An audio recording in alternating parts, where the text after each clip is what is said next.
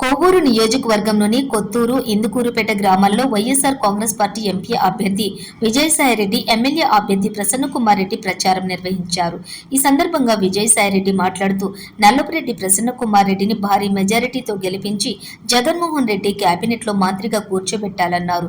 కోవూరు నియోజకవర్గం ప్రజలు ఎప్పటికీ కూడా నల్లపురెడ్డి కుటుంబాన్ని ఆశీర్వదిస్తారన్నారు. అక్రమంగా సంపాదించిన డబ్బుతో వేమిరెడ్డి ప్రభాకర్ రెడ్డి కోవూరు ప్రజలను కొనాలని చూస్తున్నారని, అది సాధ్యం కాదన్నారు. కోవూరు ప్రజలు ఎప్పుడు కూడా నల్లపురెడ్డి కుటుంబానికి అండగా ఉంటారని, ఆశీర్వదిస్తారని ఈ సందర్భంగా నల్లపురెడ్డి ప్రసన్నకుమార్ రెడ్డి పేర్కొన్నారు.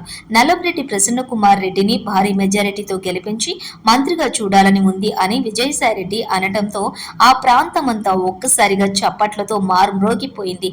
దీనిని బట్టి ప్రసన్నకుమార్ రెడ్డి ఖచ్చితంగా జగన్ కేబినెట్ లో మంత్రిగా ఉండే అవకాశాలు కనిపిస్తున్నాయి.